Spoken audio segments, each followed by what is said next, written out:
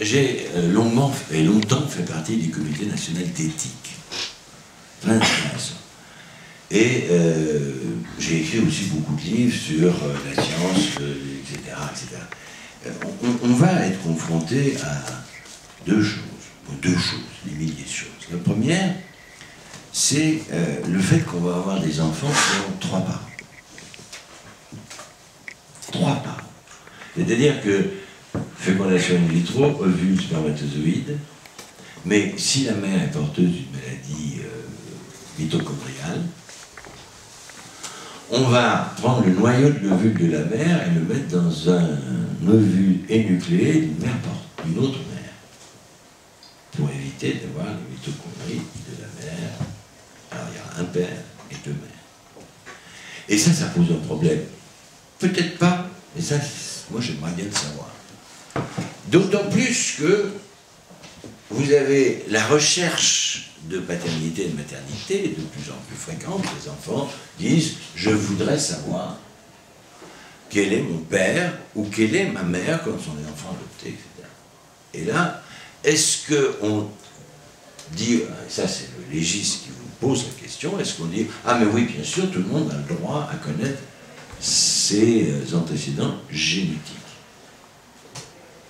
Ce qui pose des problèmes dans la vie, parce que si à 13 ans ou 14 ans on dit, tu sais, bah, finalement, voilà. Finissez votre phrase. Voilà, ça veut dire quoi?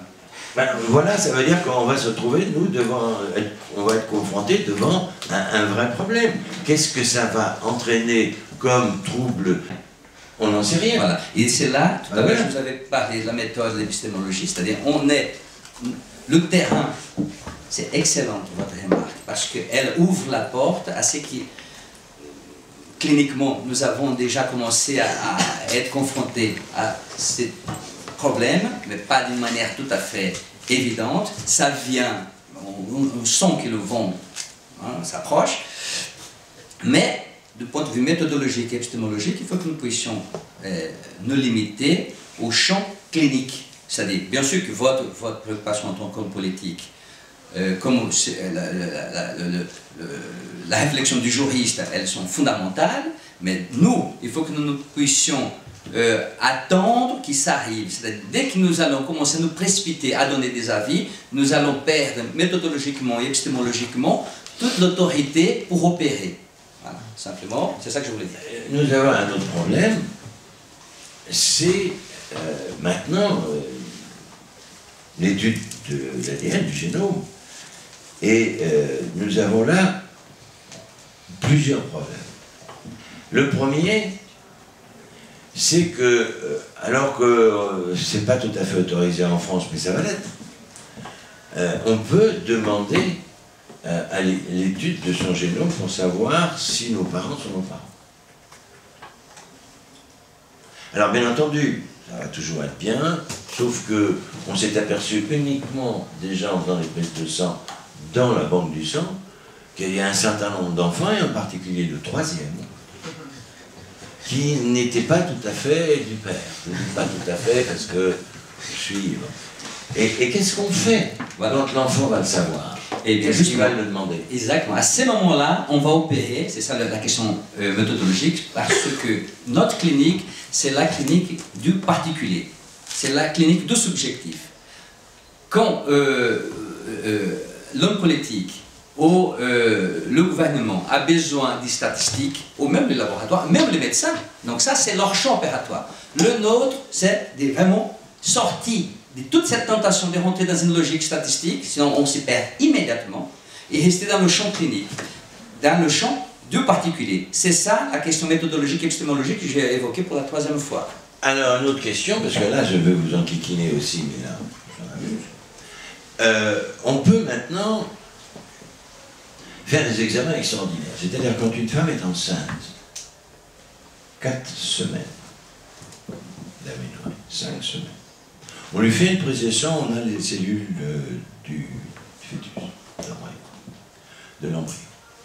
Et donc on connaît l'ADN et donc le grand livre de la vie de son enfant. Et on peut diagnostiquer un certain nombre d'anomalies génétiques. qu'est-ce qu'on fait? Et puis on demande à la mère et au père, que pensent-ils de cette situation et quelle est leur décision? Alors, formidable, il y a une maladie génétique qui s'appelle le cancer du sein, avec une anomalie GRP, oui, c'est une maladie génétique. Qu'est-ce qu'on lui dit à la mère? On lui dit, votre fille que vous portez aura à l'âge de 30 ans un cancer du sein, est-ce que vous voulez la garder ou pas? Voilà, c'est là la position du médecin Dieu que vous avez évoquée tout à l'heure. Non, parce qu'on ne sait c'est rien. l'eugénisme. Non, non. Mais si on le sait, c'est 99,9%. Quand GRPA 1 et 2 est muté, les deux, regardez Angelina Jolie, elle s'est fait enlever les deux seins parce qu'elle avait, à coup sûr, un cancer. J'ai écrit un papier là-dessus et j'avais dit exactement, on ne sait rien. C'est qu'on a attendez, laissez-moi terminer ma phrase. C'est que nous avons la preuve biologique que dans le corps, dans l'organisme, il y a le déclenchement cancéreux. À ces moments-là, on passe à une lecture médicale, médico-chirurgicale. Il faut laisser à l'être la possibilité de décider de sa destinée. Ouais, vous êtes bien gentil. Ah, micro. Ah, bah, vous êtes bien gentil. Quand les deux gènes sont mutés, BRCA1 et BRCA2, on sait qu'il y aura un cancer du sein. On ne sait rien. C'est ça le drame. Vous voulez, le drame, c'est que vous ne sachez rien, mais nous, on le sait. Mais non. Bon, alors, si vous voulez que nous enseigniez à nous, on peut aussi surtout vous pas enseigner à nous, à vous. Moi, je suis désolé, mais les statistiques montrent qu'il y a 80... Voilà, exactement. Vous venez de sauter de côté les statistiques. Et moi, je suis toujours dans le champ subjectif. Dans le champ de désir. C'est mon champ opératoire. Je ne bouge pas, c'est celui-là. Excusez-moi, il ne faut pas jouer les mots d'autant plus de sens qui prêtent à contresens, je vous l'ai dit. Quand il y a BRCA1 et BRCA2 qui sont mutés, il y a un cancer du sein. Eh bien, voilà. Je vais vous raconter, juste pour terminer, hein, moi, pas vous pouvez parler librement.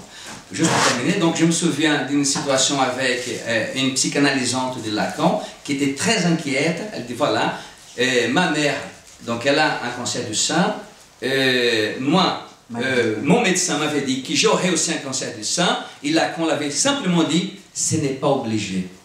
Eh bien, elle n'a pas eu de cancer du sein. Ce que je vais vous dire par là, c'est qu'on ne sait pas. C'est très risqué de gonfler le moi jusqu'à penser que nous sommes dans la position de Dieu. Non, mais nous ne sommes pas dans la position de Dieu. On sait que quand il y a une mutation, la femme dont vous parlez, elle n'avait peut-être pas de mutation parce que ce n'était pas découvert à l'époque. Une mutation BRCA1 et BRCA2, je pourrais vous en prendre d'autres mutations où on a... Non, pas d'autres mutations. Présentez-moi une personne dans cette situation et on va voir la personne ensemble. Vous le médecin, et la patiente et moi, et on va... Je parle de la mère. Je parle du père.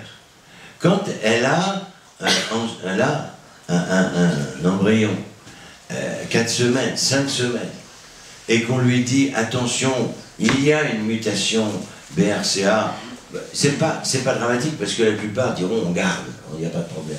Mais il y a des mutations qui sont extrêmement... La leucodystrophie, par exemple, bon, on dit à la mère, vous avez 90 chances sur 100, il reste 10 chances sur 100, mais on lui dit, elle est enceinte de quelques semaines, on lui dit, il y a 90 chances sur 100 pour votre enfant est une leucodystrophie. Leucodystrophie, je vous rappelle, c'est strictement mortel, l'enfant est normal et il meurt à l'âge de 13 ou de 14 ans.